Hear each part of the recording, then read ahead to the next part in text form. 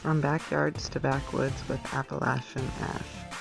Up today, King Trumpet Nigiri, spicy lion's mane roll, lion's mane tempura roll, and beech and veggie roll. Up first, the spicy lion's mane roll. After giving my mushroom a quick rinse, I sliced thin and added to a pan with sesame oil over medium-high heat for about 2 minutes on each side. After removing from heat, I minced into fine pieces. I then added it to a bowl with 1 tablespoon of sriracha sauce and a half a teaspoon of sesame oil. I chopped up some scallions and also added them to the bowl before mixing. Now we can put this to the side and start on our sushi rice. The trick is making sure you have the proper rice and cook it the night before. We're going to add our rice vinegar, but not this much because we want our rice sticky and not soggy. We're going to end up using this rice for all of our rolls and the nigiri. I got my nori sheets from the grocery store. They're made specifically for sushi rolls. They have lines across them.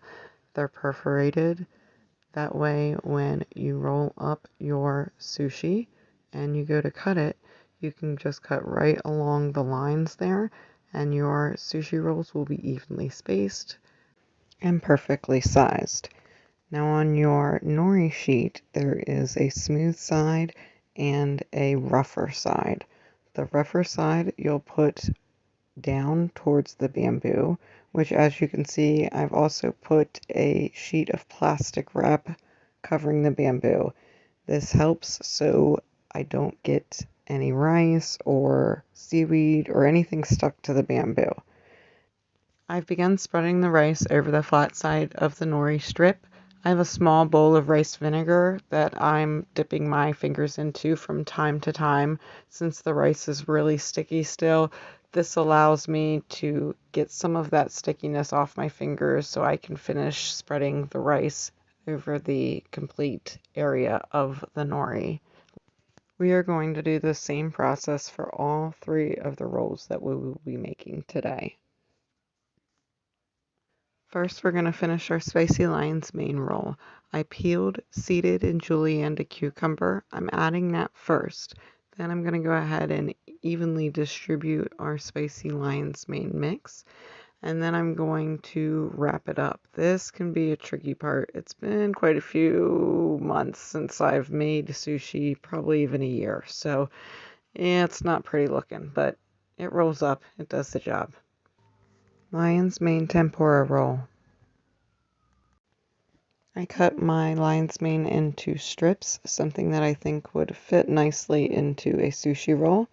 I added it to salty boiling water for about 2 minutes, and then I removed.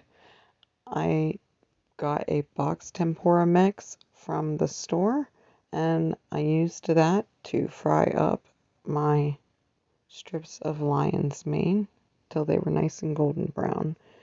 They even turned a little pink in some of them when I cooked them. Looked like shrimp. Now it's time to assemble our roll. Best thing to do when making sushi is prep everything first. As you can see, I've already prepped all my vegetables, my carrots, my cucumbers, my avocados, and it makes assembly a lot easier. My recommendation for the vegetables is to julienne them. You can add as many or as little as you'd like to your rolls. The avocados I tend to just slice because they kind of squish when you roll them anyways. Beech and veggie roll. I decided to do something a little different and grab these beech mushrooms from the Asian market. They don't grow wild here in the US. They're native to Asia, but are cultivated in the US as well as Asia. And I thought it might be a delicious little treat to try, something different. I added these to a hot pan with sesame oil and sauteed them up. When they were nice and brown, I removed them and put them to the side to allow them to cool. Now it's time to assemble our roll. First, I'll add the beech mushrooms, which, as the name implies, grows on beech trees. Now I'll add my carrots. Since this is a veggie roll, I want to add as much as I can. Next up will be the cucumbers. I'm fairly certain I add these in every single roll I ever make, as well as avocado. That probably goes in most all of them too. Now that we've finished assembling our rolls, we're ready to cut them. I've already cut the edge off of this one. Now I'm going to continue to slice it on the perforated marks that I showed you earlier in the video. I use a nice sharp knife, not a serrated blade. A serrated blade will end up tearing the nori instead of cutting it the way you want it to.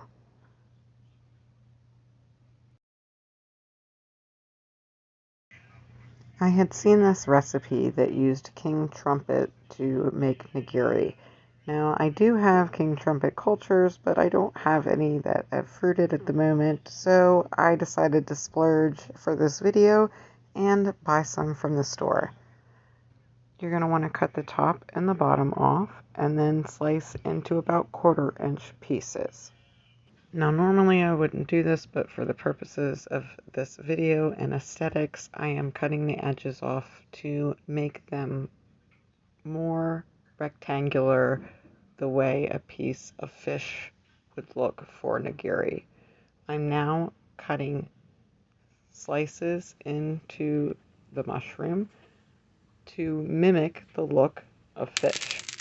I added them to a pan of sesame oil, medium to high heat, cooking about 2 to 3 minutes on each side, mainly looking for that golden brown color.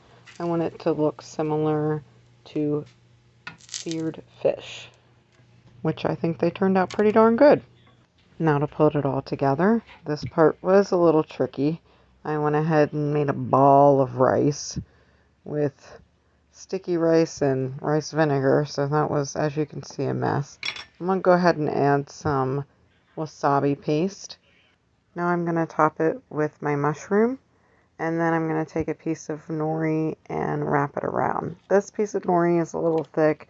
It should probably be about half this thickness, but go ahead and wrap it around. It will naturally stick together with the sticky rice you got all over yourself anyways. Now look at this beautiful food we've made. We have some king trumpet nigiri, beech and veggie roll, spicy lion's mane roll, and lion's mane tempura roll. All you need to do is add your extras. I grabbed some cucumber salad from the Asia Mart. I have some ginger, wasabi, soy sauce, tobiko. I hope you guys enjoyed the video. If you have any questions, let me know. Thanks.